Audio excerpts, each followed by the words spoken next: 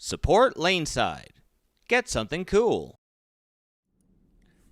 Hey everybody, and welcome to another edition of The Drill Room. As always, I am the bearded beast, Rob Johnson. I want to thank you once again for joining us here online in the show that's really about you, the bowler. We want to take your questions, the things that you've asked us about over the last 25 plus years, and we want to try to answer them in the most interactive way that we can.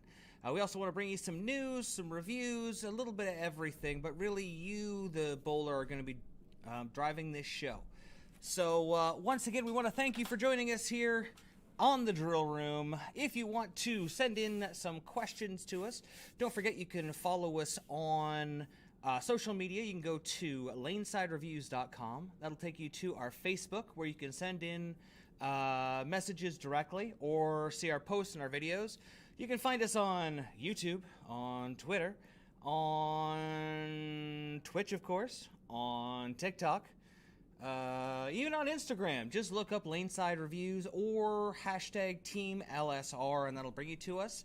Lastly, you can email us directly at lanesidereviews@live.com. So once again, want to welcome you to the show here. Thank you very much for joining us. We've got lots of stuff to get through tonight. As the banner said, we're going to talk about yet more bannings for urethane. We are also going to talk about the World Series and get an update on it. We're going to talk about our very first contest. We're going to do the winner, the draw, right here live on the show. And then we're going to go on and we're going to talk about a subject that a lot of people have asked us about before, and that is effective hand positions for the modern game of bowling. Now, I think this is going to be a lot of fun. In the past, I've done two fairly lengthy presentations on arsenal building, and I wanted to do the effective hand position part of this as part of the show, rather than doing a standalone talk. Because I wanted to get a little bit more interaction, and I felt like this is the best platform to really get people to see what I'm talking about when I'm talking about ways we like to throw the ball, or we'd like to see you throw the ball as a coach, and ways that might be more difficult to control or might hamper you from getting better in the long term. So we're going to hit that a little bit later. But first, we want to check on the World Series of Bowling. Of course, we've already got one event in the bag, with Marshall Kent and E.J. Tackett winning the Holman-Roth doubles.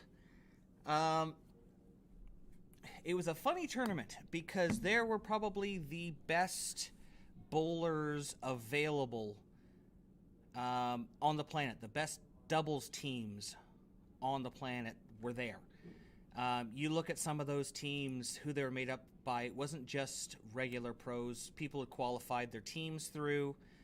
Hey, Mobile. We had seen a lot of incredible teams to go through there. Look at the team, Timmy Mack and, oh, God, I can't remember who he was bowling with. They shot back-to-back 300s. I think it was A.J. Johnson. Was it A.J. Johnson? Let's find out. I can't remember who it was. They were ridiculous. Let's see here. E.J. Tackett wins. There was a lot of good stuff on here. Smallwood and Jason Sterner. Smallwood was just an absolute monster through this event. Jason seemed to struggle a little bit. But, I mean, they still made the show, and they still threw the ball really well. The Sean Rash Matt Ogle match was really interesting to me. It seemed like, I don't know, just Matt didn't seem really comfortable on his lane. He missed a couple way wide right, and he seemed like he just didn't seem to have his regular control. I've known Matt since he became a pro staffer with Brunswick a few years ago, and he is a deadly accurate guy, especially for a two-hander. So to see him miss them like that, I think it just looked like he was just not quite where he wanted to be. Mobile, thanks for subscribing. Much appreciated. Evening there, Vincent. Evening. Oscu and Jacob Buttriff. Once again, that was another team that really dominated in the qualifying. But on the show, Oscu never seemed like he didn't look like he got really comfortable. And I mean, EJ and them, they were throwing bullets all tournament. Like, they were dominant. So I don't want to take anything away from them saying that they had any games given to them.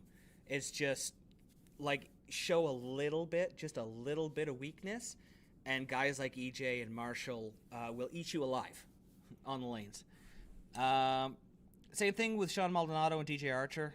Sean, like, right off the bat, he stuffed one in the pocket, and then the next one didn't really look good after that. He never really looked like he got really comfortable in the TV pair. One of the things they talked about during the show was that the TV pair, nobody bowled on them through the entire tournament. I really liked this. The TV pair was in a different side of the house, and no one got to bowl on it through the entire doubles tournament until the TV show. So everyone was on the same equal footing for not knowing topography, how they're going to play, how they're going to break down, things like that. So that kept the tournament really even. I really liked seeing that. Now, the last... yesterday we saw the Cheetah Championships going on. I don't think there was any huge surprises there. Outside of William Svensson here, no relation to Jesper Svensson.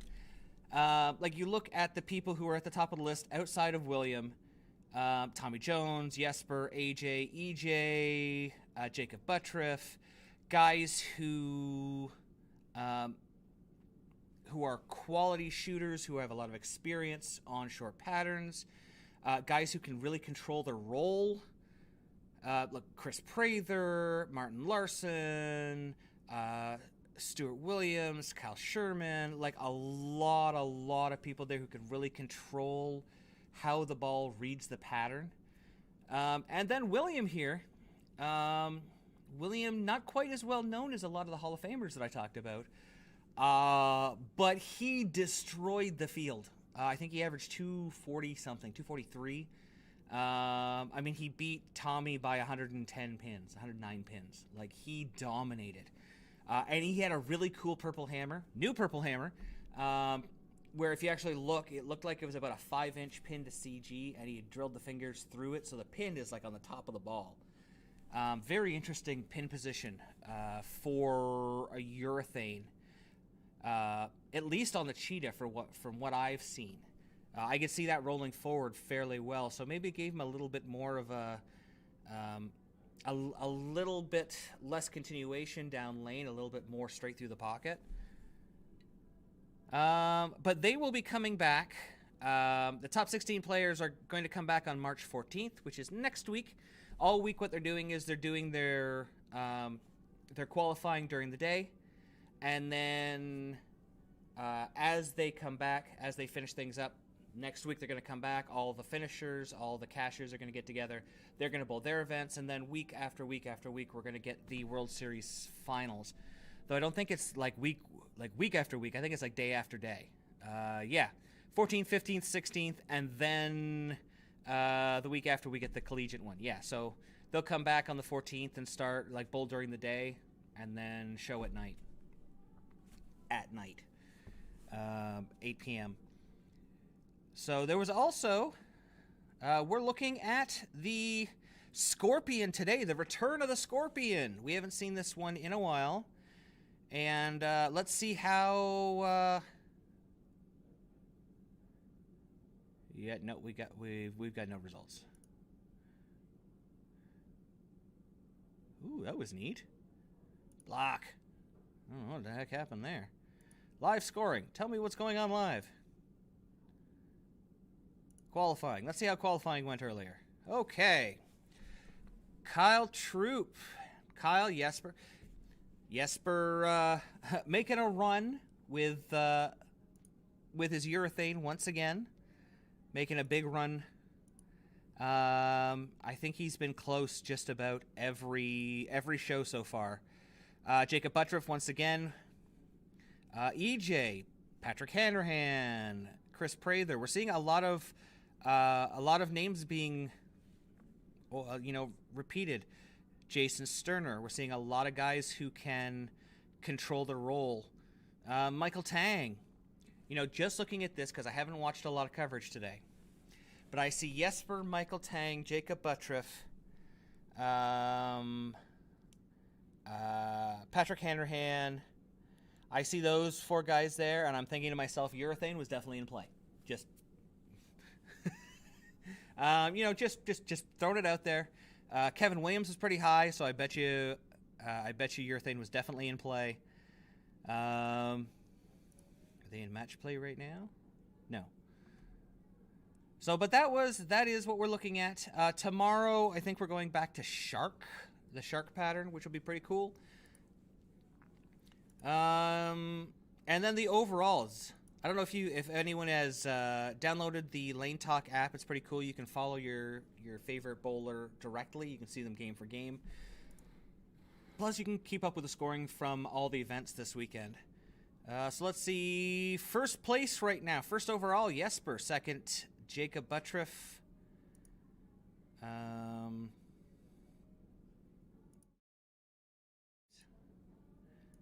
Guess it helps if I pop this over here so you guys can see it too. Makes it a little more interesting. My apologies. We got Kyle Troop in 4th, Packy in 5th, Tommy Jones in 6th, Chris Prather. We're seeing a lot of the same names who've been coming up a lot. Qualifying after 17 games, Jason Sterner.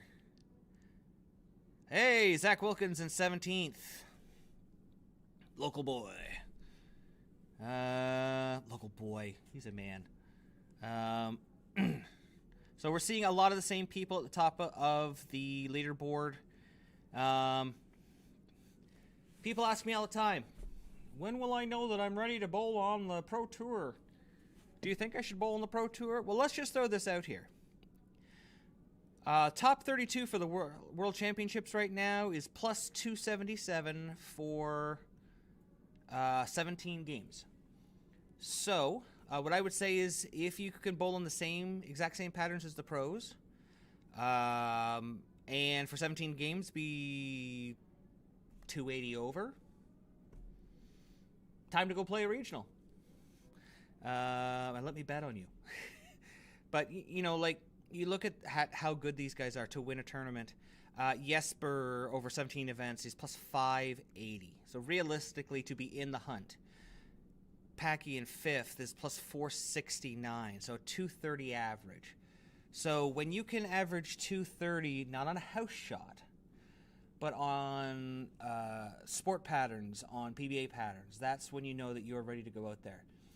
How do you get ready to do that? Well, local tournaments, regionals, stuff like that. Go out there and practice in your home center. Find a center that's got a lane machine that can lane down patterns for you and put them down and practice. Don't bowl on anything, but bowl on as much as you can that you might see. So now that we've talked about the World Series, before we move over to more urethane being banned, I wanted to go over to our contest. So what I did is I took a list of all of the names of all of the followers on Twitch that were there before 11:59 on Sunday, Eastern Standard Time. And I put them all into the list here. You can see all the names. I've just put them in order here. Let's shuffle them up here just to make sure so that nobody thinks, it didn't spin all the way around or something. There, let's shuffle them a few times. Let's just make sure it's nice and shuffled up. You can see they're all different all over the place. So, without further ado, let's find out who wins the Parker Bone autographed poster. Oh, it's spinning, it's spinning. ooh, ooh, it's spinning, round and round and round. And we got... No!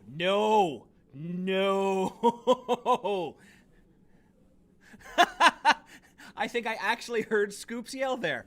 No, Scoops can't have it. We're giving away the stuff here. We're giving this away. Scoops can't have it. He already gets all sorts of good stuff. So let's try that one again. Shuffle 1, 2, 3, 4, 5, 6, 7, 8, 9, 10. All right. And we're spinning, and we're spinning, and we're spinning, and we're spinning. And we've got sour sweet tarts. So you can see the name here. I'm just going to make a note of this here. MDRCL sour sweet tarts. You won our poster. So what I'm going to do is I'm going to give you an email to try to get all of your information to mail it out to you. If you are outside of North America, we may ask you to pitch in a little bit on the shipping because we want to make sure it gets to you in really good condition. Inside North America, we're going to take care of the shipping for you, no problem. Even maybe into the lower, like Mexico or South America, but getting it overseas right now is really expensive. But there we go. We've got our winner. Don't forget, when we get over 40% subscribed on YouTube, we're going to start our contests, our giveaways for our main YouTube channel, where we're going to be giving away jerseys and autographed stuff from pros and all sorts of cool stuff that we have collected over the years. So don't forget to make sure that you go over to YouTube, you subscribe to the channel, turn on notifications, maybe give a like, subscribe, make a note on a thing, offer up a small meal or something, a sacrifice, or a large meal if it's for me. But yeah. Now subscribe to YouTube, more subscribe to YouTube, and when we get to 100 people on the Twitch, we're going to give away some more stuff. So, to the first matter at hand. Let's talk about the banning of urethane. Bum, bum, bum. Oh, I have that GIF for anyone who wants it. If you'd like it posted, please let me know in the comments, and we'll put it up so people can have it, and you can share it across the internets. So what do we have here? Well, over the last couple of weeks, there's been a lot of talk about urethane, not just the Purple Hammer, but urethane in general. The PBA came out after a lot of studying and said, look, we know that urethane, specifically the cover stock formulations that we consider urethane, over time, they get softer. So what is produced with all intent at 72 durometer reading can drop significantly over time. Unfortunately, there have been some accusations over the last couple of weeks that there was some intentional, unintentional allowances of certain kinds of Purple Hammers that were let out that were under 72 durometer. Now, it was very interesting because the USBC actually talks about it a little bit. So let's get into it a little bit here with their article. And basically, there were claims that during 2016 and 2017 at the old Ebonite International plant in Hopkinsville, that there were some Purple Hammers that were produced with a minimum or below the minimum 72D hardness specification. Now, USBC did an investigation, and they've talked with former employees, and they've talked with different organizations. They've talked with Brunswick, they've talked with old EBI people to kind of get a better look at what everybody's been talking about. And USBC has confirmed a production change with the Purple Hammer took place in 2017 that resulted in the raising of the hardness of the ball from its original 26 approved level of just over 72 to about 74. This product change was fully compliant with the USBC equipment specification requirements. So back in 2016, they made a change to actually raise it from 72 to 74. During the investigation, multiple former employees, including one with first-hand knowledge, told USBC that they believe production processes in 2016 and 2017, prior to the change, led to some purple hammers being unintentionally produced below 72 durometer, or 72D. No one, and this is important, this is a very important distinction, no one interviewed by the USBC provided evidence purple hammers were produced under 72 durometer. Not a single person. So people were talking that it was done, but not a single person produced any evidence of it. No one interviewed by the USBC provided evidence Ebonite knowingly distributed balls outside of the specification. So what they're saying there is there's no evidence that they were made intentionally or unintentionally under 72D. And there's no evidence that any were actually made underneath that hardness. However, the findings of the USBC investigation are inconclusive. However, the credible first-hand accounts describe the potential for an unknown number of purple hammers to have been produced out of specification in 2016 and 2017. So what they're saying is, even though there's no evidence, there is a lot of credible first-hand accounts describing that there was a potential that some equipment was produced outside of spec. There's no proof that any was at all. There's no proof that anyone was doing anything wrong, but there was a potential for them to be produced that way. Now, we all know that these pieces, now that they're getting to that 5-6 year, they are starting to show significant degradation in their hardness, where they're coming in at 68, 66. Some have been as low as 62.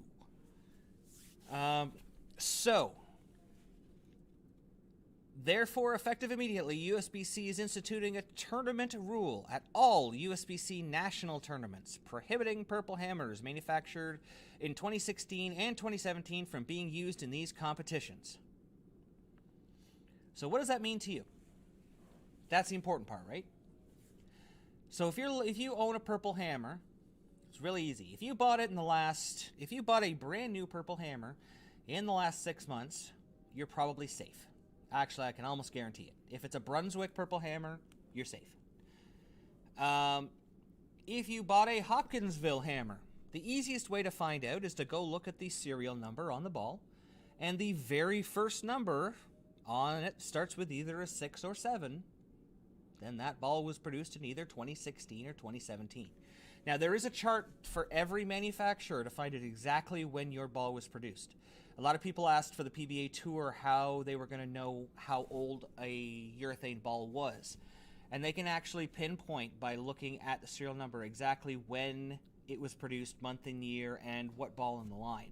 So they can know not only when it was produced, but if there was an issue with a batch of equipment, they can actually track it back to the exact ones that were produced during that time frame. And if they needed to, they could actually recall them. So USBC has shared this national tournament rule with Hammer's current owner, Brunswick, and Brunswick supports it. Why wouldn't they? They're not making the old ones. The new ones have no problems, so why wouldn't they support it? Makes sense. So basically they're saying for the national tournaments, for specifically the national tournament, the USBC Open Championships, the USBC Women's Championships, all that kind of stuff. If you're going to throw a purple hammer, it better not have a 6 or a 7 at the front of the serial number. How does that affect you, the regular bowler? It doesn't.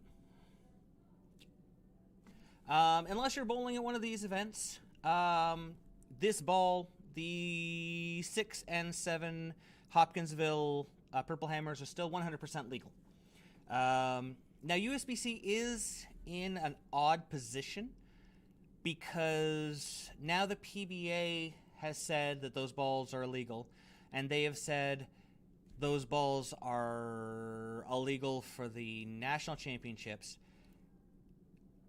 it's hard to then say, oh, but go ahead and go and bowl in your recreational league. That's fine. I mean, that's like saying, oh, go bowl with your ball with a weight hole in it still. I think we might see some changes coming at the end of this season. I could see them making these balls, these Purple Hammers, these 6s and 7s, 2016, 2017s.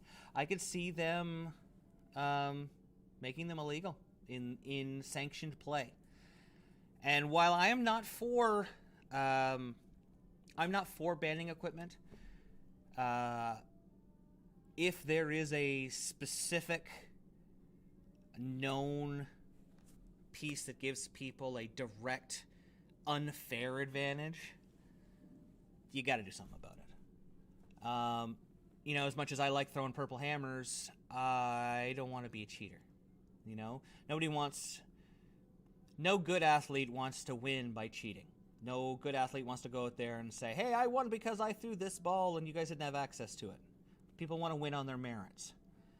At least that's the way, in all of the athletes that I've worked with, that's what I've experienced. I guess maybe I've been lucky.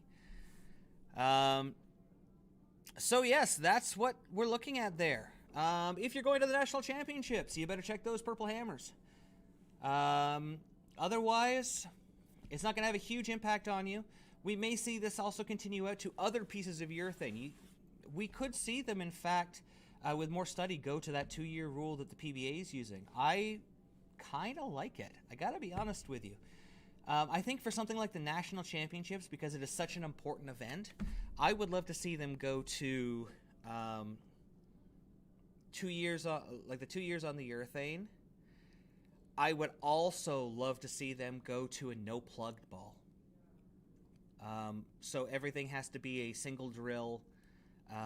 Doesn't have to necessarily be in the last 2 years, but I don't, nothing that has been filled and redrilled, so there's no opportunity for people to put stuff in the ball or mess with it. As I've said before, when they first came up with the rule change for the weight holes, the first thing I did was start calling and talking to people at USBC, and I was like, so what happens if I drill the hole in a fresh ball and then just plug it directly? And they were like, well, it's legal, technically. I mean, you might only get 20% more performance as opposed to what you would have when you had a full weight hole, but 20% is 20%. There's still that wiggle room. And this is the kind of thing that keeps us out of the Olympics. That ambiguity that is allowed into the sport for the large events. We can't sit there with an x-ray machine and look inside equipment for voids and for weights and stuff. So maybe that might become an answer, is for the super large events, the very large national events, maybe there'll have to be some kind of specific rules to set them apart to keep the integrity of the game. Yeah, that's kind of it for that part. So let's take a look in the comments here. Let's see here. The Tang brothers are interesting to watch. Watch Darren on YouTube. Darren's pretty awesome. D-Tang, awesome guy. Throws the ball incredibly. I can't average to get the bowling alley at 2:30. Yeah. See how hard your. We're here to see how hard your ball. Sorry, damn USBC, you're nasty. That's right. Excuse me, sir. I'd like to put your balls in a press here and poke them 10 times to see how hard they are. No, thank you. I'm good. Dead Polymers. I'm keeping my eye open for a cheap 2016-2017 purples. Seems like a cheap way to upgrade if Big B is giving free replacements. Yeah. If Brunswick is giving away, like if you can contact Brunswick and they're replacing them for you, holy moly, that's that'd be pretty good. Pick up the purples, the bad purples cheap, and just trade them in to stock away new ones. That's a pretty good one. I like that. So banning of urethane, starting with the 6 and 7s. We talked about all this stuff. Mobile. I just recently bought my first ever Storm. It's a proton physics, and I've been absolutely loving it. Nice. Glad you like it. The proton physics has done pretty well for Storm and for Storm bowlers. Seems to be one of those balls that people really gravitate towards. And now we're gonna have some fun. Now we're gonna excuse me just for a second. I gotta change up I gotta unplug my phone and plug in a camera.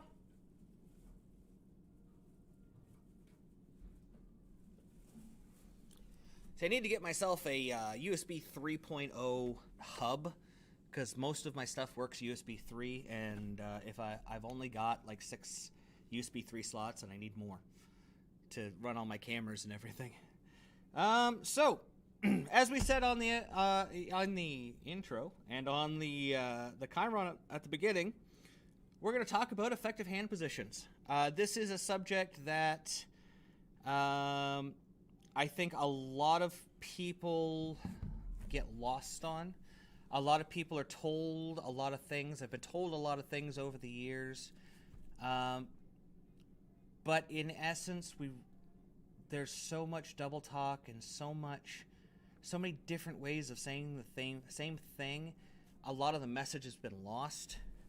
So I'm hoping that over the next couple of minutes while we talk about effective hand positions, it'll kind of open up your mind to a different way of looking at bowling and a different way of thinking about how you want to throw the ball and the decisions you want to make when you are out on the lanes. So I want to preface this by talking a little bit about effective roll. In bowling, there's many different ways that you can deliver the ball, and there's many different ways you can get the ball to roll.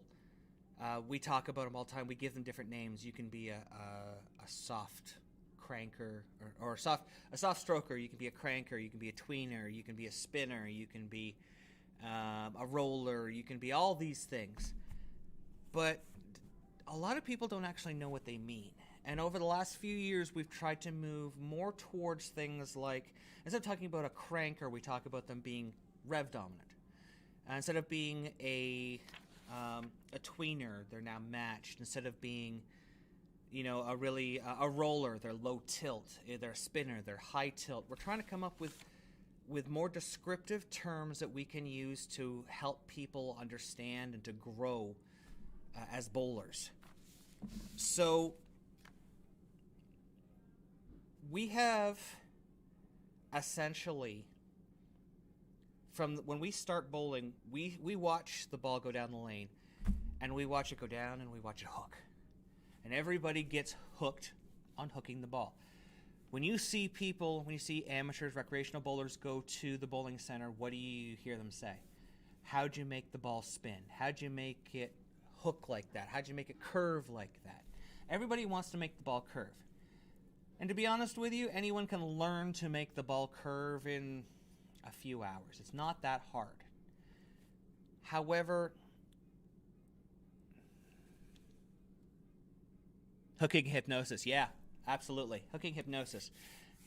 However, hooking the ball is not always the best way to score. See, if you think about it, the name of the game is to knock down the most pins. And you want to find the most effective, most repeatable way to knock down those pins. Now, when you spin the ball, and I'm going to use, I know a good way for us to talk about this.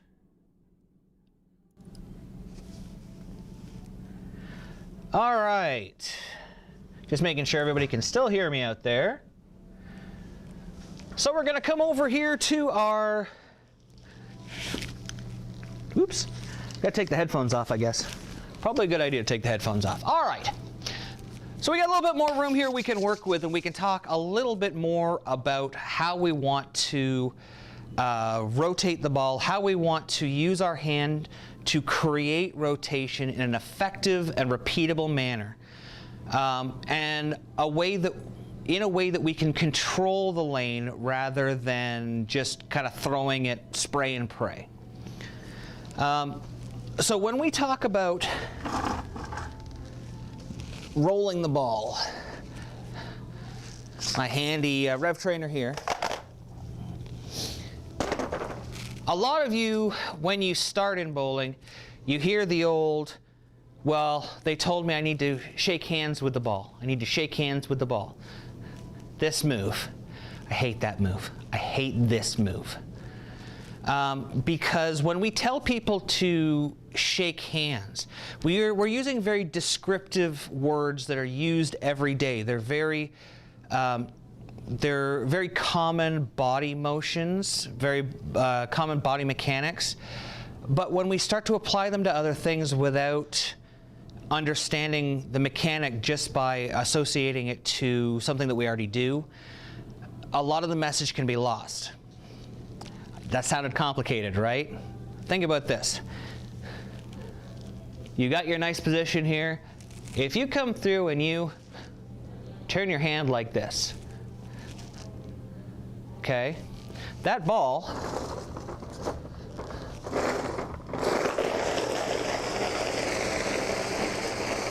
oh, you can't even see it. Let me get my little friend here.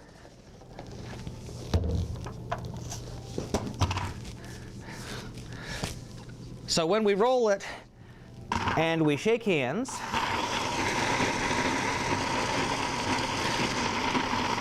notice how our axis point is way high. It's literally right here.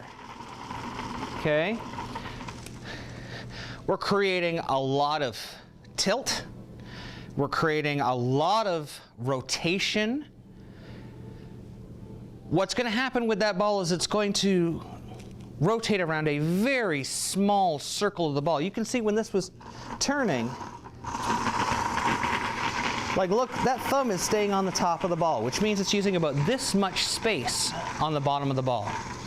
That means for cover stock, we're not using much cover stock. We're going to be on the oil a lot longer, so the ball is going to go much farther down. It's not going to hook as much. Because it's spinning, we have to make sure that we have pin positions, this is a little more advanced, pin positions that are going to lose tilt. Otherwise, the ball is going to spin forever. If there's nothing to act upon the ball to get it to lay down and roll, it's just going to keep doing that forever.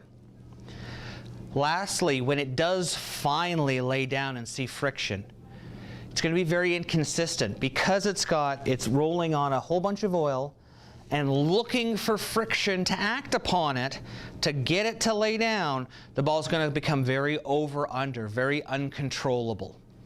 So we see this a lot with beginning bowlers when they are spinners, especially with their thumb on top of the ball. You can see my thumb, my wrist is broken. Get a little bit closer here. My wrist is broken. My thumb on top of the ball. So it's very common for beginning bowlers. And they rotate with their fingers. And we get the super spinner. That shot, while we can relatively repeat the process, the reaction that we get from it is going to be very difficult to read. It's going to be very over-under. It's not going to be something that we're going to be able to rely on. And when we're in these very high scoring paces, we need something that we're going to be able to throw and keep it in the pocket the most. You think on something like the US Open, what do they say? Get the ball to the pocket, make your spare. Hang a double, make your spare, shoot 200. That's a good game at the US Open. Because it's just about getting the ball to the pocket. If the ball becomes uncontrollable over-under, you're never sure if it's going to be high, light, flush, too far down, too early. It's not going to be something that you can repeat and score well with.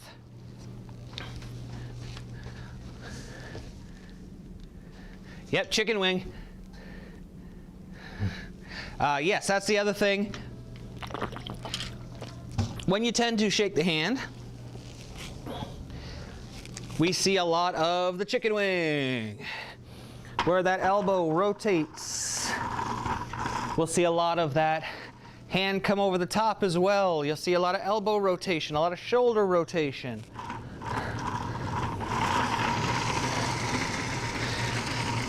And this is, to go even a little bit farther into this, that can actually be caused even earlier than trying to shake hands with a ball. That's when you have your arm swing coming down through.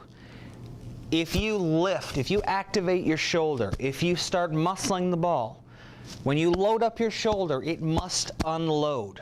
That energy has to go somewhere. That spring, that tension that's in that muscle has to unload. When you start pulling down through your shot, you see my hand there in the background? You see what happens to my shoulder and my elbow?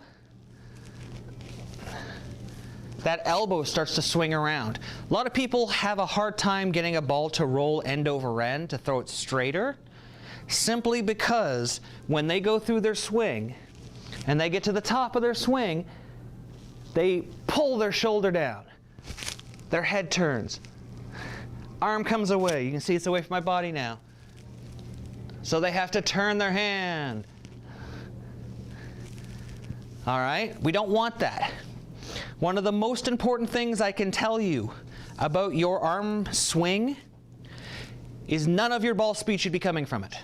It's very, very important. To have an effective release, you must make sure that your arm, your shoulder, your pectoral, your rhombus, all of this, your trapezius, everything is relaxed.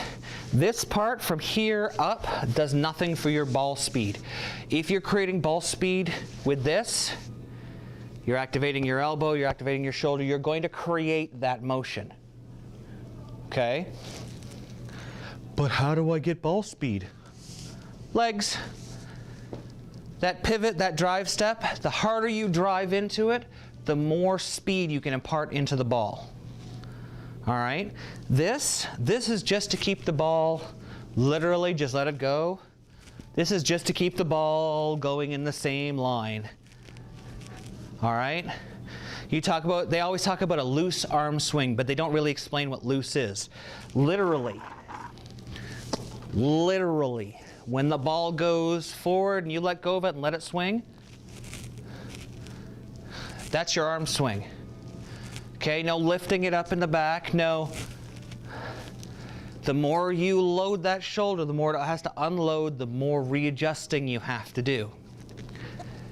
If you just let the ball go forward, let it come back, and let it come forward. Okay, your backswing, and a lot of people are like, well, I don't want my backswing to be so low. I don't want my backswing to be down here. Yeah, you know what? When you're doing it right here, your backswing's going to be low. But you're not taking into account the momentum that you're imparting on the ball as you move forward. As you drop this into the swing, as you start moving away from the ball, you're imparting motion this way, the ball's going that way, it's going to swing itself up. You don't have to worry about it going up, all right? It's going to do it. It's going to do it, I promise you. But if you start, just watch this, okay? From this position. If I go to here, all right? As soon as I pull down, look at that shoulder. You see that? Just that motion there? But if you look at my hand, see how it moves it? You're changing your entire swing plane all the way through. So the more you can relax it, the better it's going to do. I know it was a little bit of a diatribe off to the side for a second, but it's important. If you don't look at the things that lead into your release, then no matter how hard you work on your release, you're never going to get it right. You can have the best, the most beautiful release and be able to change it 50 different ways. If you can't repeat your swing path or your timing is off every shot, it's just not going to matter.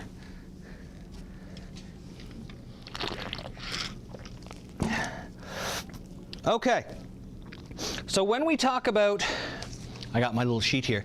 When we talk about controlling hook, you think the lane is 40 inches wide, okay? 40 inches is not a lot. But everyone gets hypnotized by hook because they want to go from one board, the 40 board, to the one board and back to the 17.5 board. But that's not repeatable. As the oil breaks down, the ball's going to move in different places. Not only in the middle of the lane, but to the outsides of the lane. You can't just think of one shot all the time. You have to think about how you can make the ball read the lane in a way that is going to have the least amount of variables acting upon it that can affect your shot. When we spin it, you have lots of different variables on the lane that can affect when your ball is going to hook. If we work on rolling the ball, and this is an important distinction, okay? When we spin the ball,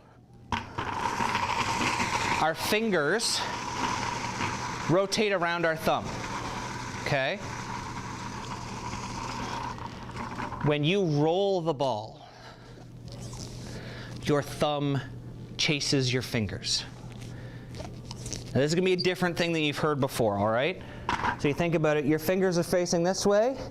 You want your thumb to chase your fingers. You want your thumb to go towards your fingers, all right? So thumb towards your fingers. Thumb towards your fingers. You think about it, if you're throwing a shot dead end over end, your thumb follows your fingers at 12 o'clock, okay? If you want to hook it a little bit, okay, your thumb follows your fingers to 11 o'clock, to 10 o'clock for a little bit more hook, to 9 o'clock to really get around it. People want to do this, but all you really need to do is chase your fingers with your thumb. Now you think you want to get your thumb to exit the ball cleanly, all right? So you're already trying to get the ball to roll down your hand. So your thumb releases and your fingers come up. If you point your thumb towards your fingers, you're creating that roll.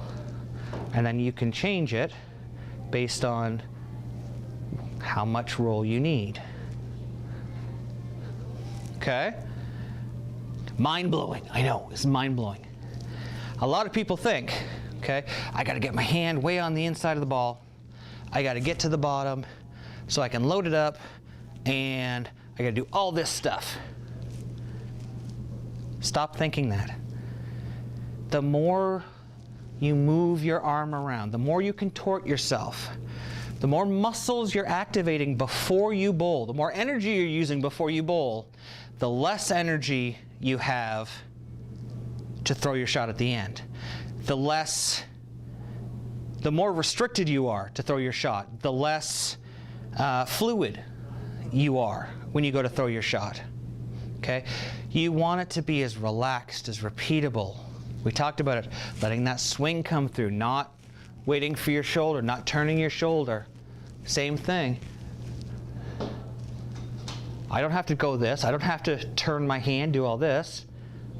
I'm just chasing my thumb a little bit. Spider-Man! This comes to a good point. For years, we've been trying to come up with a good way to describe this. There's so many stupid ways. We've talked about the suitcase. We talk about all this stuff, different hand positions, how we name them. They're really confusing. Okay? We give them all these weird monikers and stuff when we should be just describing them, what we want to do. Okay? We don't want, I don't know. I'm getting off on I'm getting off track. My apologies.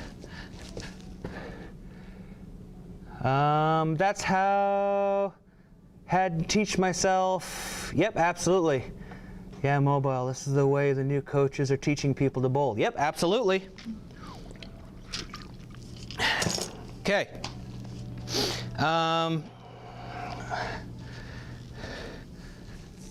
So where are we here? So yeah, ways that we were describing the names for them. The most common one that we talk about, that we hear about, is the yo-yo. People always want to say, you throw your hand down.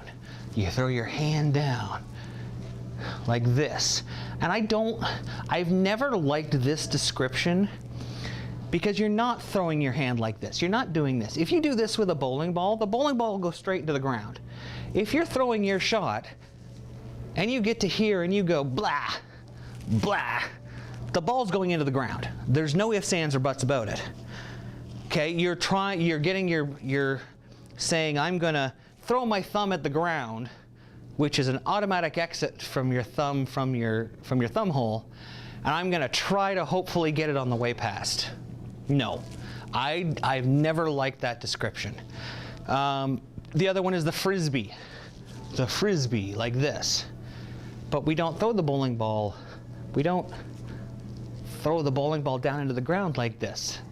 We don't throw a bowling ball like that.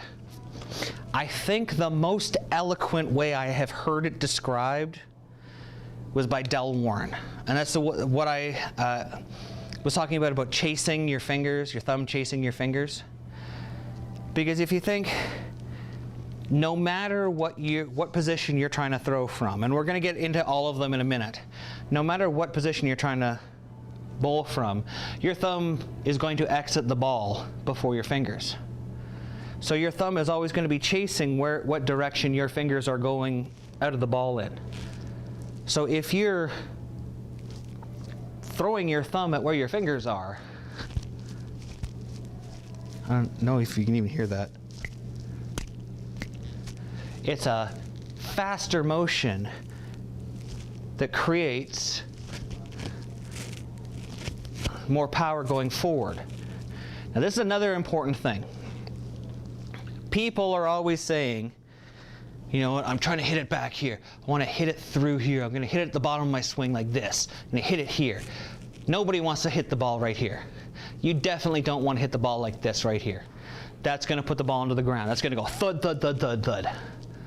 Okay, same thing is you don't want to hit the ball out here.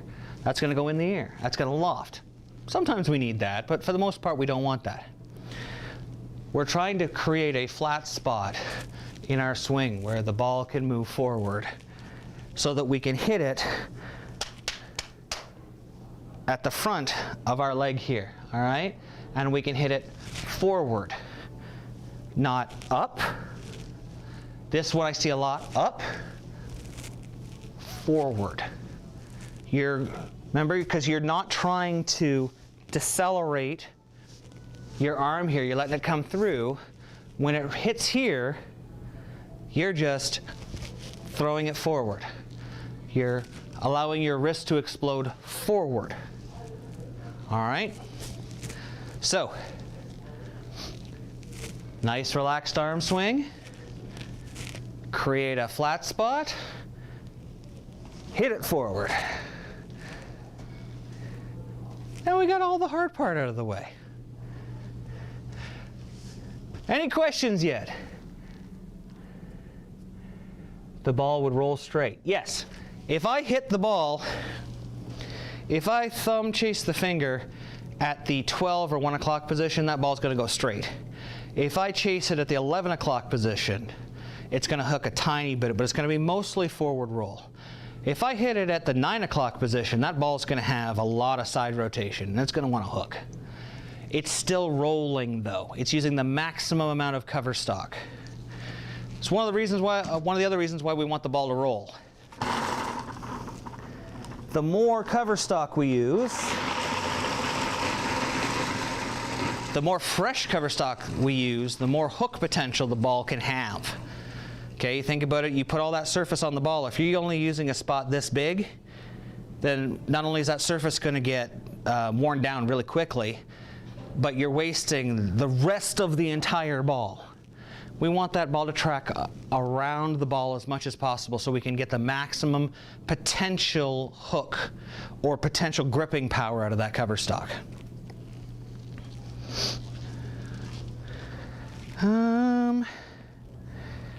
All right, now there's one more thing before we get into the 6 wrist positions, and that's wrist shift.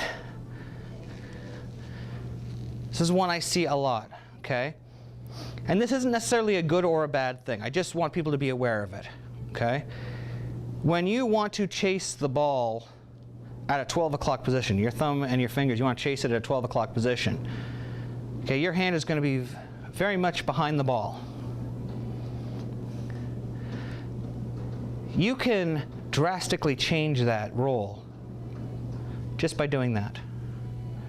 Notice how our finger now aligns with the inside of our wrist to the inside of our elbow. Okay? If that ball now, if you were to just chase that ball is naturally now chasing at about 9 o'clock just by shifting that wrist like that. Okay? Now, a lot of people, we talked about working the inside of the ball. You see people are like this, oh, so far inside. Oh, I got to be so far inside the ball. You can already see my bicep. You can already see it flexing there just by doing that. Okay? Comfortable. We want people to be comfortable. Why you got to be like this? This works.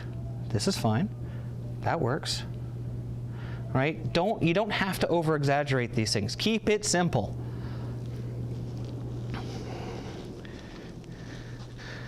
Okay. Now, we've got 6 wrist positions.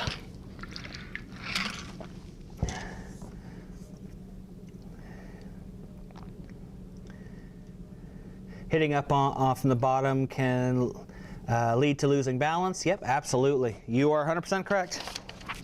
When you see people hitting up on it, they're creating... Now, when you see people hitting up on it all the time, and you can see them hitting, there's something specific I want to talk about. When you can see them hitting up like this, that's bad. There are times when you want to create revolutions without speed, or speed without revolutions. But there are better ways to do it than muscling up and forcing upwards. As you said, it causes a lot of balance issues when you start forcing those muscles. So I've got a cool little handout here, a little sheet. I don't know if I can post this on Facebook or not. My double-sided sheet. It's a little printout that I made a little while ago for my players, where you can fold it up and keep it in your pocket. It's a little cheat sheet for when you're bowling. You can see it has cool things on it here, like know your lane machines, how much rotation is required, lane play strategies, deflection, all sorts of really cool stuff. But one that I love having on here is effective hand positions. Because often when we're at tournaments and we're trying to make these decisions, we don't have a lot of time, and often because our heart's racing, we're out of breath, we're tired, we're dealing with so many things, you can lose that, that outside look at things, that objective look. So I like to have little handouts, little things that you can throw in your pocket, so that when you're going to make a decision, you can have an objective third party helping you out. So the first one we have on here for effective hand positions is extension.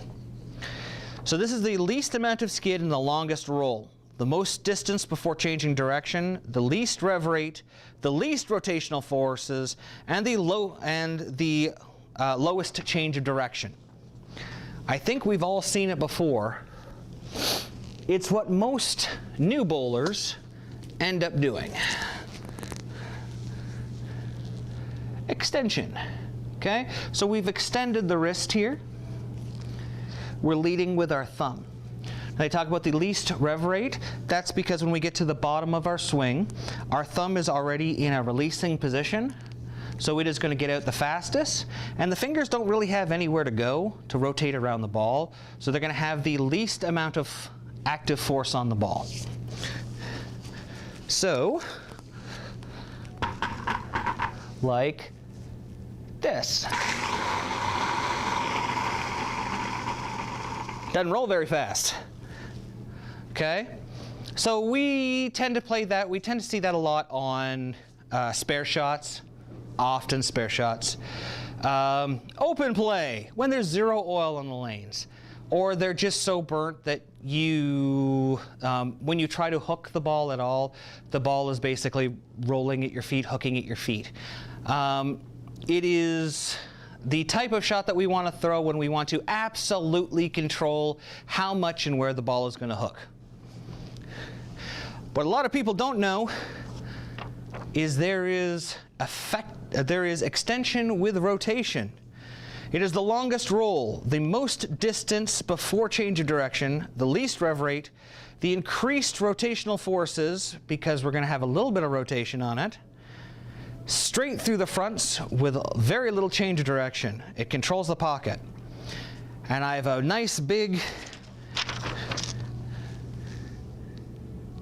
when there is too much defined friction. Flat patterns, real burned up, playing outside when there's not a lot of oil outside. We talked about this hand position.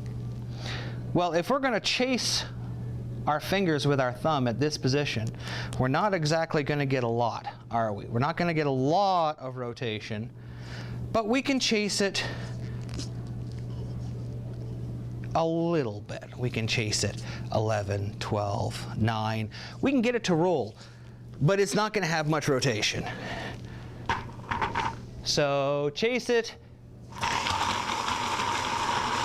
A little bit more rotation, a little bit more rev rate, a little bit of side rotation, more than extension, not as much as our neutral. So we've got neutral. This is our, what we would kind of call our bread and butter shot, our benchmark shot. This is a ball that's going to roll forward more than it's going to hook. It's a moderate skid, medium roll, moderate distance before changing direction. So it's going to be the middle of your change of direction in your releases.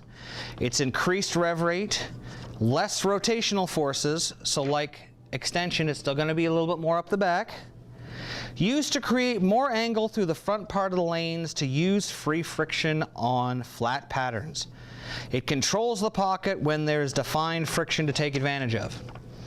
So we heard a couple of keywords there, flat patterns, defined friction. If we have a spot that we can throw the ball to that we know it's going to hook, we don't want to put more hooking forces on it, right? That would be silly. If we know we've got a whole bunch of free hook and we don't care about hooking 40 boards, we just want to get the ball there with the best angle of entry, but we don't want it to overhook down lane for splits and stuff. This is going to be a real tough one, guys. Ready? Extension. Boom. Neutral. Now you can, this is, we see this, most people shoot their spares with a neutral grip, getting the ball to roll end over end. I find 10 pins, I'll tend to use this. Everything else, I'll tend to use this just to be a little firmer with it. And same idea. You're just chasing it. You can chase the thumb at the 12 position, at the 11. Very much end over end roll, not a lot of rotation. Just want to get the ball down lane and hook a tiny bit. Guess what's next, guys? It's neutral with rotation. So we've got moderate skid, medium roll. So we're seeing a little bit more skid, a little bit of that roll still. Moderate distance before change of direction. So it's going to get down lane and we're going to see a change of direction. Increased rev rate, increased rotational forces, medium change of direction. Used to create more angle through the front part of the lane and utilize free friction and increased entry angle. When there is defined friction to take advantage of, but the pattern is also flat. This is a great one. If you've ever been on a sport pattern, you start out to the right. You try throwing one to the left and it hooks, it goes down and hooks. So you move right and you throw it down and in. As you blend that pattern out, as that oil starts to carry down a little bit, the pattern gets less flat and you get a little bit more defined friction down lane. You can take advantage by throwing the ball to it, knowing it's going to hook back. And by knowing exactly where your hold is on the inside of it and your hook is to the outside of it, now you can take advantage of a little bit more rotation that's going to be more consistent, more repeatable, because you've got a defined friction point. You can open up your pocket and score more. We always talk about the more entry angle you have, the better chance you have to strike. When you are forward rolling it, your entry angle shrinks greatly. You're going to tend to see a few more 8 pins, a few more 10 pins when you forward roll it, as opposed to when you get a little bit more rotation where you see a few more splits, a few more 4s and 7 pins. But this allows you think about it, if you're on a flat pattern, you can already say to yourself, look at your sheet and go, all right, I got a flat pattern. Well, I'm going to use a moderate release. How much hook do I have? Early in, I got tons of free hook. I'm going to go with a more straight up the back, just a moderate release. And as they start to hook more, as they start to get a defined friction point, I can now move in a little bit and now I can create rotation to get the ball down lane and to hook. Guess what we got for our last two? We've got strong and strong with rotation. So strong wrist position, the least amount of skid. We're increasing the rev rate, so it's going to use more cover stock. It's going to use more energy, create more friction in the front part of the lane. It's going to have the earliest roll. More rev rate in the front part of the lane. It's going to start using up energy. It's going to want to change phases and get to the roll faster. Most rev rate, most rotational forces, increased sensitivity to shape change down lane. That's going to be important. Strongest roll characteristics in oil. This is used for when there is no defined friction point. No defined friction point. And the pattern has significant enough volume of oil to not allow to create a diagonal trajectory on the lane. Heavy patterns. When you can't create a lot of shape, a lot of diagonal shape, when you need the ball to get down and roll and get to the pocket. Longer patterns, heavier patterns. We're using the strong hand position. Now this is going to be an important distinction. And I'm sorry this is a little bit longer one today, but this one's an important one. Okay? So we had extended, neutral, strong. Now this is something I see with a lot of bowlers early. A lot of bowlers think that if I go like this in my setup, that this is the shot I'm throwing. Setting up like this in your shot might be very comfortable, but what it tends to do is, because it shortens your backswing, because you're losing all that area on the end of your arm and you're increasing the amount of muscle you're using, you tend to lift it and turn it. So it increases rotational forces because you're trying to sling it. When we talk about these positions, we're talking about at release. So extended at the release point, neutral at the release point, strong going into the release point. Okay? Same thing, we'll get down here. So, getting down on it, a little bit of strong release. much more rev rate, much higher rev rate. When we talk about bowlers who have lower tilt bowlers tend to have a ball that already sees the front of the lane very easily because they're using the most amount of cover stock to when the ball rolls. When you roll the ball end over end and have low tilt, you tend to see the ball use up a lot of energy in the front part of the lane, which is why our low tilt bowlers tend to use a lot of very long drill angles to get the ball to get through that front part of the lane without spinning up. Because we're already creating so much rotation and using so much cover. When you are a lower tilt bowler, you don't have that problem. You tend to have problems down lane, where the ball finally sees that friction and you almost see it fall over. It looks like the pin falls when the ball makes that move. You tend to really see the friction down lane very hard. So where we get too smooth and not enough motion down lane, you get too much motion down lane, and very rarely can you get the ball to be smooth. Last one of these, strong with rotation. So just like the last one, least skid, earliest roll, earliest distance before it changes direction. If we're getting it to see the front part of the lane even faster, you know it's going to start to change direction, change phases sooner. Increased sensitivity to shape change, over, under. I think we all know what that means. If you're really hitting it hard and you're getting around it, when it sees friction, it's going to respond fast to it. Generally happens after transition or when the pattern is blended the most. So when you have to get in, when the pattern has really lengthened, when you need the ball to really see the lane and hook, that's when you're going to use your stronger wrist position. So once again, I'm just going to go over these all over just to make sure.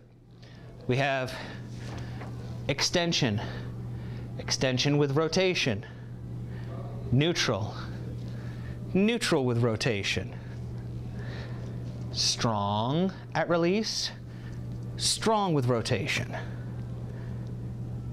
Extension is made to get the ball go longer and control the pocket. Neutral is used for flat patterns or defined friction, and strong is for when there's no defined friction or when the pattern is most blended or the longest and heaviest. That was a lot to think about. What I want you to really think about the next time you go bowling is just think about your release. Think about where your hand is when you release the ball. Are you chasing thumb to finger? Are you doing this? Are you spinning your hand? Are you coming through your hand what we call the suitcase, where your hand stays on the side all the time? That takes away actually all of your rotation, all of your controllability. It makes the ball incredibly hard to control and to repeat. So finding out, knowing where this is, you can start to make better, more educated choices when you're going to make moves. Think about it on your house shot. I'm going to switch back over to the other one here now that we're done playing with some of the stuff here. Oh, and before I do that, just a big shout out, huge shout out to Eileen's Bowling Buddies. You can see I use my Rev Trainer all the time. I actually keep as many of their products around in the store as I can for when I'm doing training with bowlers. I don't even have to go onto the lanes to train with bowlers. I've got my Rev Trainer there.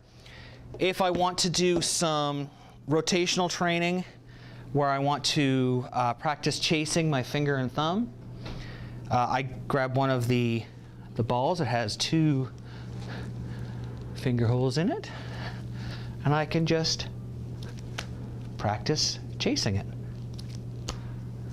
Just practice chasing it. If I want to work on my rotation, I've always got my rotation block. Same idea. I can just chase it. Chase it. Okay? And you think about that, when you have your extended grip, you don't have a lot of room where you can chase the thumb and finger. That's why you don't have a lot of rev rate. When you're neutral, you have a little bit more room where you can rotate your hand around the ball. When you have that strong release, you have a lot of area to get around the ball. That's why two-handers, you think about it. Two-handers, flat under there, or they can get right underneath it and really roll it. Even though they don't have that thumb in there, watch how their hand comes out of the ball.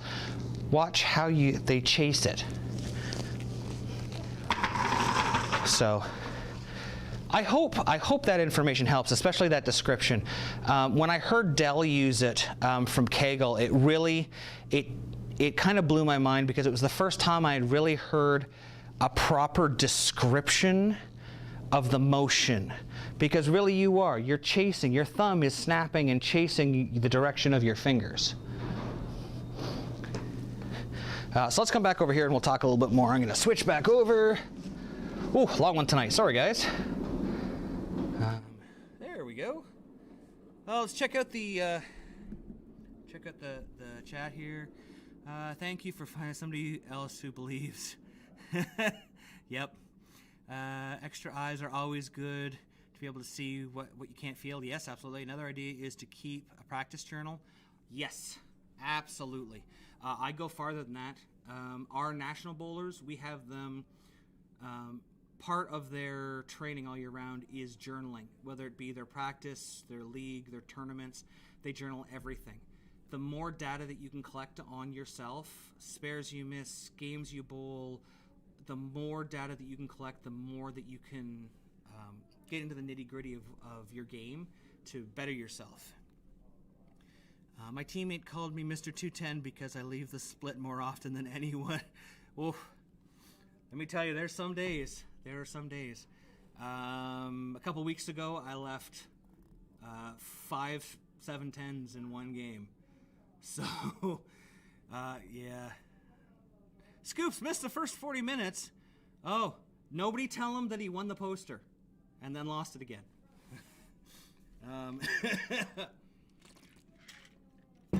So, there's that cool sheet again that I've got. All my cool stuff on it here. So with these hand positions, you think, if you go out and you just look at where you're bowling, and next time you think of when you got to make a move,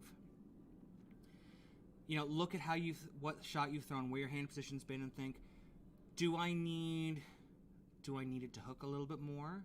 Do I need to hook a little bit less? Is there a defined friction point? Is there no defined friction point? These 6 hand positions, really, the description of them kind of, it carries out most situations. I'm on 50 foot of oil. Well, there's no defined friction point unless the back ends are really nice. And if that's flat, boy, you might be in trouble. But you might want to use that strong hand position with a little bit more forward roll rather than with rotation to get the ball just to roll and see the pocket. On the bear, 40 foot flat, probably going to use a neutral hand position to start. And then as I move in, I'm going to add a tiny bit of rotation. I'm going to choose how much rotation.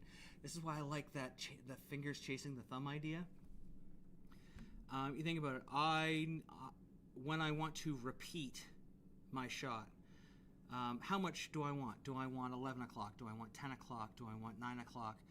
You can go up in your shot and think to yourself, all right, as part of your pre-shot routine, here's my 3-point targeting to get myself lined up.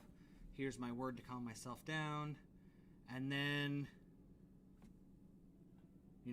what hand position am I going to use before I step on the lane? Because this is stuff that I want to make decisions before I get up on the lane so I can just do. Which hand position am I going to require? Where am I going to chase my thumb to? So that when I get up on the lane, all I have to do is think, okay, do my things, relax my arm, let my arm swing come through, chase it to 11 o'clock, chase it to 10 o'clock. So that I can always recreate that roll. I can go to my journal and say, what have I been doing? I've been chasing it to 10 o'clock. I've been trying to chase it to 10 o'clock. Or, you know, I needed a lot of rotation on it. I've been chasing it to 9 o'clock. Okay, I just made a change from 9 o'clock to 11 o'clock on how I'm chasing it because I need to control the lane more. I can go back and look at it and I can know what I'm doing. So it's going to give you something that you can now think about while you're bowling to create more repeatability.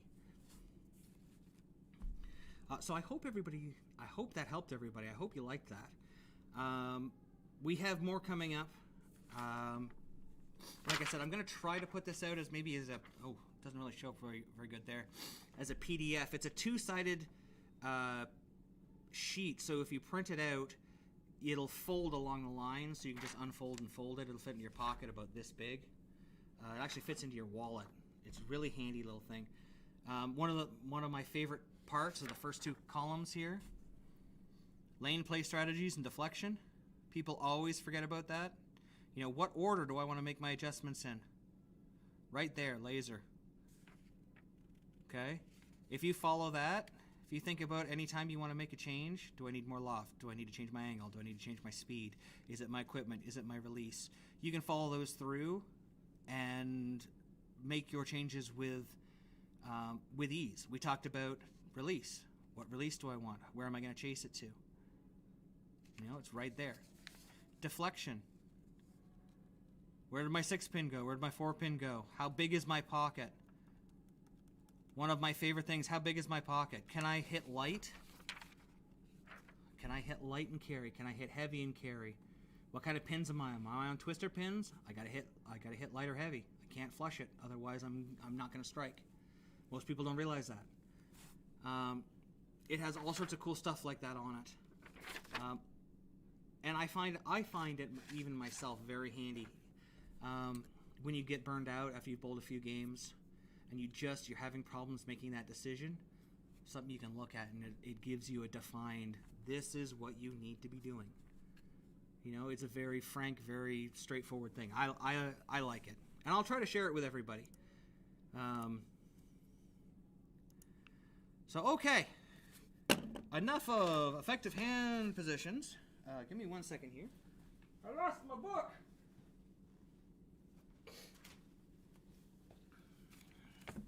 Okay, let me get some headphones on here. All right, now I can hear things. All right, comments from the internet. As I've said before, I like to share whatever I can. If people have questions, comments, horror stories.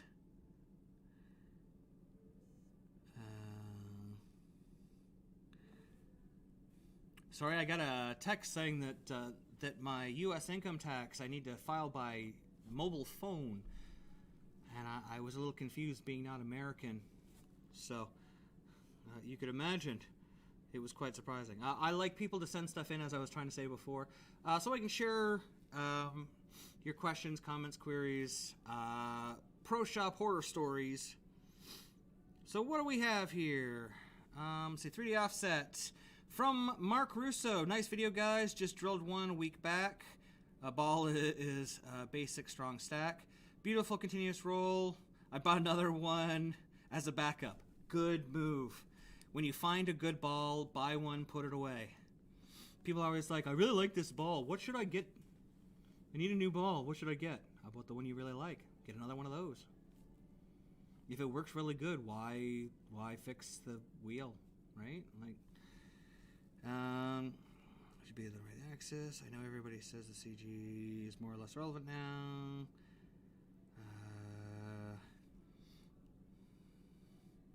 Let's see here. What do we got here? From the GB4, Scotty Thompson with another cool video. Tech Talk thanking us for an awesome video.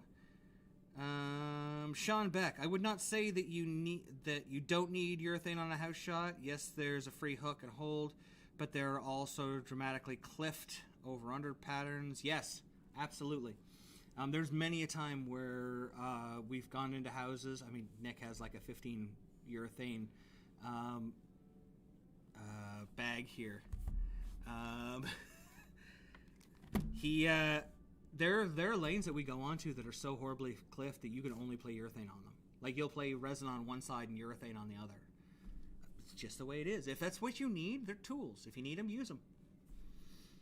No need to apologize. Family is important. Thank you very much, WrestleMania Rocks. I appreciate that. I'm Canadian, so I apologize for everything.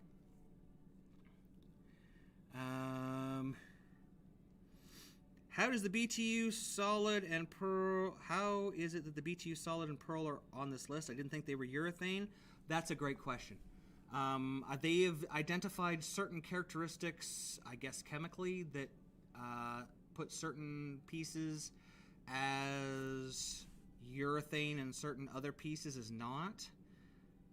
Let me see here. Yeah, this is the statement from before. Yeah, because like the tank, the combat tank, the rebel tank, the purple tank are on there, but the golden tank and the blue tank aren't on there. They're a new form of micropolymer, microcell polymer, or whatever, so they don't count as urethane. There's also like it's interesting because the UC3 is listed on here, the Rubicon UC3, but it's also not urethane. It is resin base without any additives to it. It absorbs oil, so it is not urethane. So it's very weird how they've said some qualify and some don't. That's the PBA. They have final call on this stuff. So, PBA players get all their balls for free. Actually, they don't. National players get their balls for free. Regional players sometimes have to pay. Everybody has to pay for their drilling. So not everybody gets free equipment if you're on staff and you go to an event. And not everyone has access to it. If you go to an event early in the season, especially a PBA event, they are less likely to give out balls to regional staffers than they are closer to the end of the season when they've got to empty the truck. So it's different. It's very funny. People agreeing with me, talking about just banning everything after 2 years. Just rotating everything. You can't throw anything more than 2 years older on national tour for PBA. I think it's a really good fix to everything. It just makes sure that nobody gets any huge advantage for any longer than X amount of years. And then if you have a ball in production for more years, you just make sure the serial number on it's good.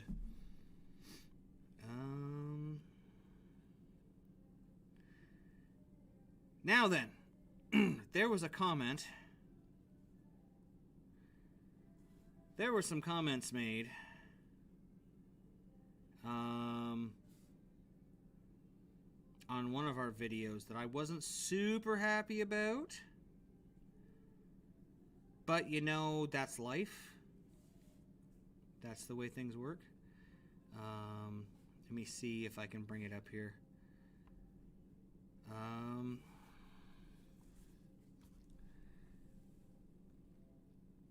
Someone had posted, and I'm trying to find it here, I apologize. Somebody posted that they weren't going to watch us anymore because we wore masks when we did our reviews. And I nicely pointed out that in Canada it's still the law. We don't have a choice to wear a mask or not wear a mask in the bowling center. In my studio here, which is locked down, no one's allowed in. I can choose not to wear a mask. You notice that when Scoops comes in, Scoops wears a mask if I'm within 6 feet of him. It is currently the law for us. We don't get a choice. So I'm really sorry to that person. They were very disappointed. They said they would never listen to us or watch us while we were doing it. And that kind of sucked. But then there was...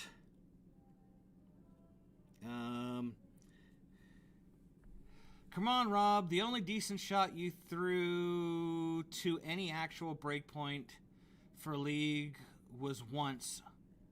All the others were so far inside, no one can expect a pearl ball to come off the pattern and consistently carry.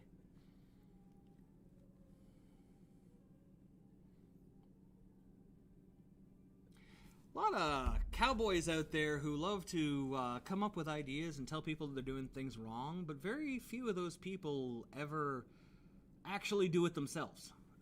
I followed back to this person's YouTube channel where they have 0 videos and nothing really going on, but they definitely, you know, were super happy to, you know, tell me about how I was doing it wrong. I don't get that whole thing on the internet where people follow people just to tell them what they think they're doing wrong. It's a lot of energy to use to try to bring somebody down. And I don't give a crap. You thought I didn't throw it well? Awesome. Cool. Show me that you throw it better then. You know? That's what I tell people when they're like, oh, your reviews suck. I'm sorry I missed yours. Let me follow yours and see how you do yours. Show me how to do it better. Yeah, I apologize. There's just some really terrible people out there. It's the internet. You should never read the comments, and yet I always want to read the comments. Oh, speaking of comments and things, did you know we're on Reddit now too? You can. We're gonna start posting all of our reviews on Reddit under LaneSide r/LaneSide reviews. I thought there was one more here I wanted to talk about. Joshua had asked, so would you say this ball would be good use for skid snap or skid flip if you're looking for that hockey stick motion? So what he's asking is if this ball will be clean through the front and very angular down lane. Absolutely. I think you can see in the video that it is. And being a hybrid, you can change the surface on it and make it either smoother or more hockey stick. So absolutely, that would be a great one to use for that. It's a hybrid ball. Did anyone notice that in the left-handed shots, their names on their shirts were backwards? No? I think their eyes are playing tricks on them. All three of us definitely bowl ambidextrously, left-handed and right-handed.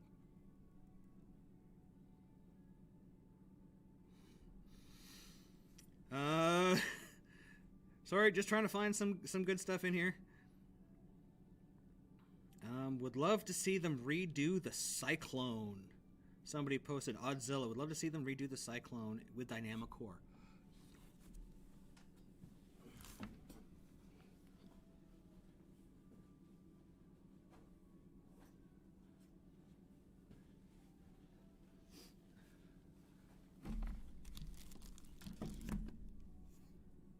You mean like that guy?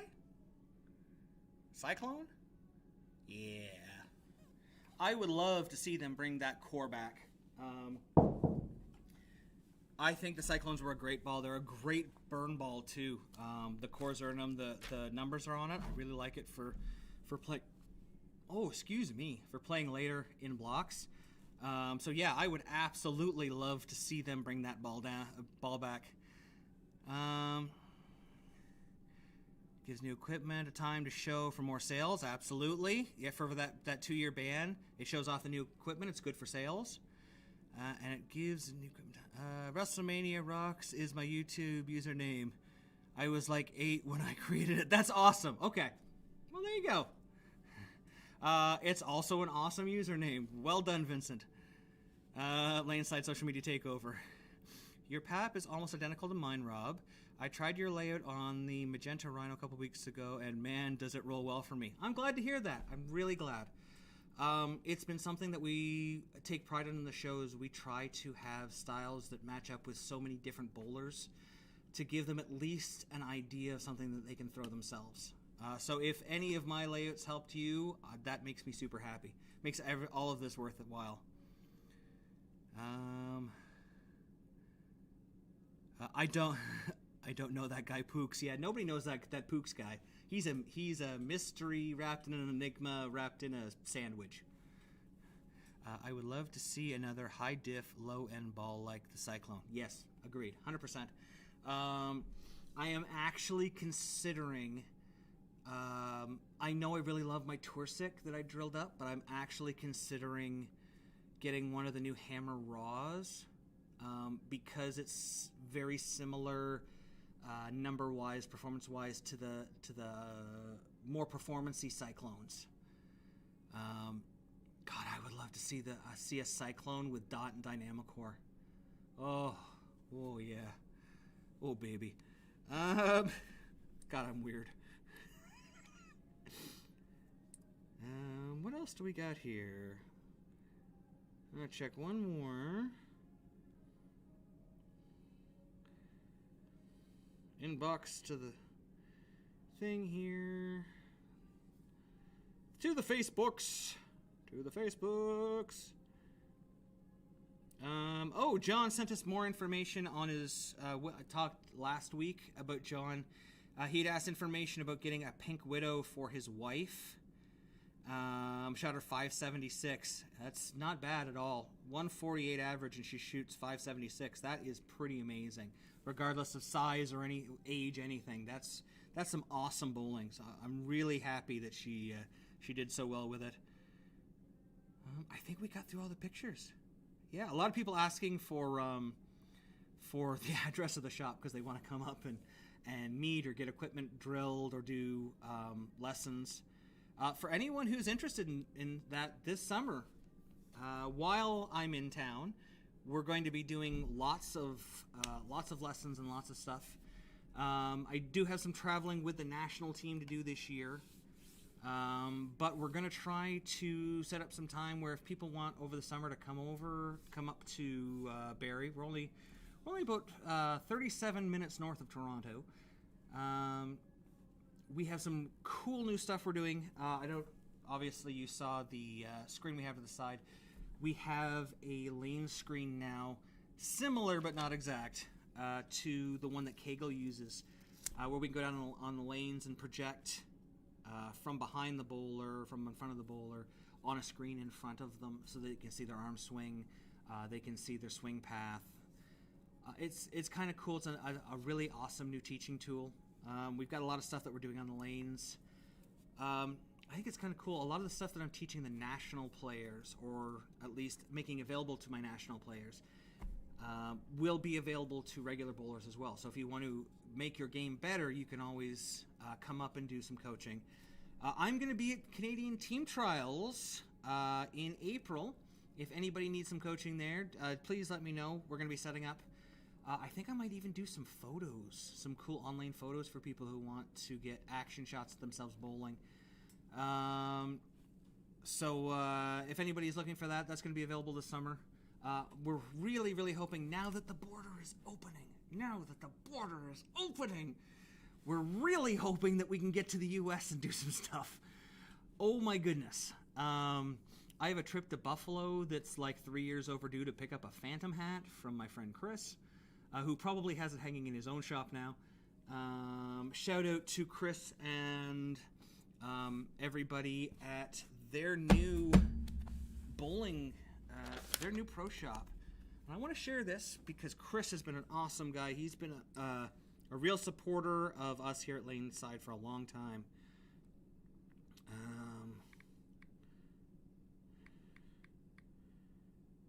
See if I can find it here. Chris. Somebody's gonna send it to me. Easttown? I think that's what it is, isn't it? Town Edge Bowling Pro Shop. Town Edge Bowling Pro Shop. They are in West Seneca, New York, 2071 Clinton Street, West Seneca, New York. They just opened a new shop there, so if you are in that area, definitely go check out Chris's shop. Let him know that we sent you over there. Chris is an awesome guy. Like I said, he's been a big supporter of the channel for a long time. Big supporter of all of us Scoops and myself and everybody. So please definitely go give him a visit. He's got all the toys in there now. Oh, I got to get over the border. I need supplies. I need pro shop supplies. is anyone interested in a class on Pro Shop stuff? Learning a little bit about mixing colors and some Pro Shop tips? Let me know in the comments or message us and let us know, because we'd love to do something like that. Yeah, I think we've gone through everything. That's all of it. A little bit of a long one tonight. I'm sorry, guys, but it was really awesome information. So I hope everyone enjoyed it. Once again, this will be replaying tomorrow on YouTube. If you weren't able to see us live here on Tuesday or Thursday nights at 8 o'clock, we try to post these the next day on YouTube for you to watch. Go ahead and post questions on them so that we can answer them on the room, or on the drill room here. That would be interesting. Some no-step drills. I drill my own stuff at home. Could always use drilling tips. Yeah, that would be cool. Share as much as I can with you. That's what this show is about. I've told the story many times. When I was growing up, we had coaches, but they weren't certified coaches. We didn't have anyone with real information. We just had the people who were willing to volunteer their time.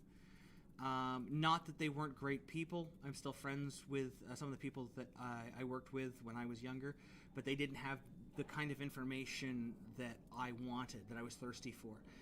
And now these days, everyone has it hidden behind a paywall. Everyone wants to charge you for this information. But really the only way for us to get better, to get into the Olympics, to get our just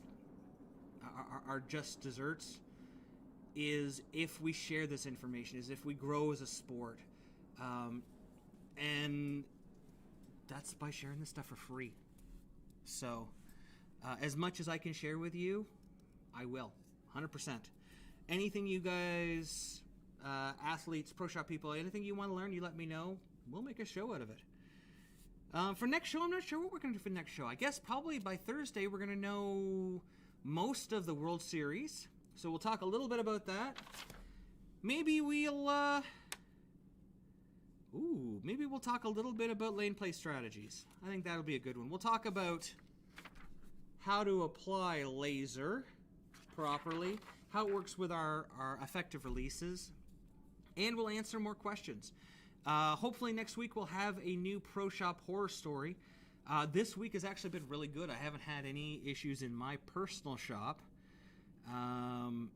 But if you've had anything in your own personal shop, or if you've seen anything, please let us know at LaneSideReviews@live.com. Excuse me. Love to share it with everybody. If you do get your story read, we'll give you a shout out on here. And if we have anything we can give away, maybe we can try to give something away. I don't know. Can't guarantee anything. Other than that, just remember to follow us on all the social medias. So you go to LaneSideReviews.com. That'll take you to our Facebook. You can follow us there. You see all our videos. You can find us on YouTube, TikTok, Twitter, Twitch, Reddit. Just look up LaneSide Reviews, especially on Reddit, r/LaneSide Reviews. Give us a follow. We're going to be posting our videos there as well. That's about it. Yeah, it's been awesome talking with everybody tonight. Thank you. Make a Reddit entry about horror stories. I'm actually going to do that. That's a really good idea. And no step drills. Yeah. If you guys want to see some good drills, some drills that you can do at home to better your game, we can definitely work on that. Maybe if not Thursday, the week after, we can do some home drills to get yourself better as a bowler over the summer. Guaranteed you'll find something. I don't doubt it. Okay, but other than that, I think that's it, guys. I really want to thank you for joining us tonight. Remember, we're going to be here on Thursday. Knock on wood. I don't know if you can hear that. Knock on wood, we'll be here on Thursday, 8 o'clock p.m. as normal Eastern Standard Time, with replays the next day on YouTube. So, I guess that's it. I guess that means until next time, I'm going to have to see you LaneSide. I'm going to miss you all so much. I don't know what I'm going to do. Drill all the equipment I got to do. And we have new equipment coming in, new releases. I guess we'll have to talk about them on Thursday. Bye! Where's the outro screen? There it is. Thanks for watching. Don't forget to like and subscribe and turn on notifications so you never miss a show. So until next time, guys, we'll see you LaneSide.